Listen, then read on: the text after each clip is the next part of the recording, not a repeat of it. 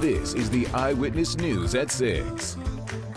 Good evening, everyone, and thanks for watching. I'm Katie Moore. And I'm Cherise Gibson. During Mardi Gras, outside law enforcement was brought in to help secure parade routes. It was, but in addition to money spent to provide lodging to those officers, Eyewitness investigator Mike Perlstein learned the sheriff's office also paid for hotel rooms for its own top commanders.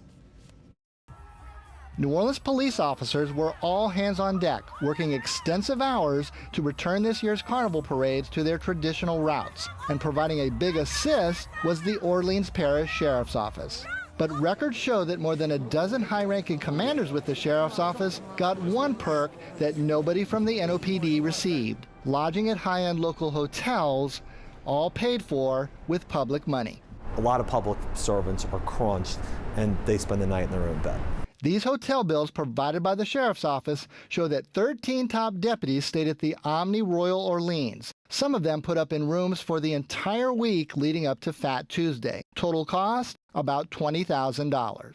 This is part of the reason we scrutinize the budget so heavily. The records show the sheriff paid about $160 to $270 a room per night, and in some instances, $45 a day for parking. Councilman Joe Giarrusso, chair of the Budget Committee, said that not only do the charges seem excessive, he questions if the public should be paying for any lodging for any sheriff's office employee. I don't understand, particularly if it's on city dollars. The records show that a couple of the leaders of the Sheriff's Mardi Gras command staff also got lodging at the Sheraton and Marriott for several nights during the first weekend of Carnival. Past sheriffs have provided deputies to help with Carnival security, but they were never put up in local hotels. When we first reached out to the Sheriff's Office about this, we were told that the lodging was covered in this cooperative endeavor agreement with the city to cover certain costs, mostly for the outside agencies who pitched in. But the CEA specifically spells out that the city will only cover lodging for outside agencies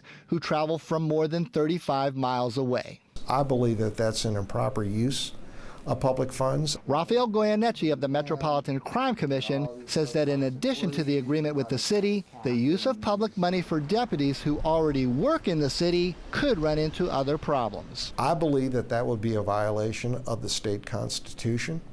That would be something that I think that the Inspector General for the city of New Orleans needs to review. In the eyes of Giarrusso and Goyeneche, deputies, and especially salaried top commanders, reporting to parade duty should be treated just like reporting to work at the jail. To work in the jail, the sheriff doesn't pay for their lodging. If they have to go to work on a parade route, my position is that the sheriff's office does not owe the deputy lodging. Giarrusso says he is determined to get a full accounting of the hotel expenses. Now the sheriff is going to have to account both in the media and to us in our quarterly meeting in March.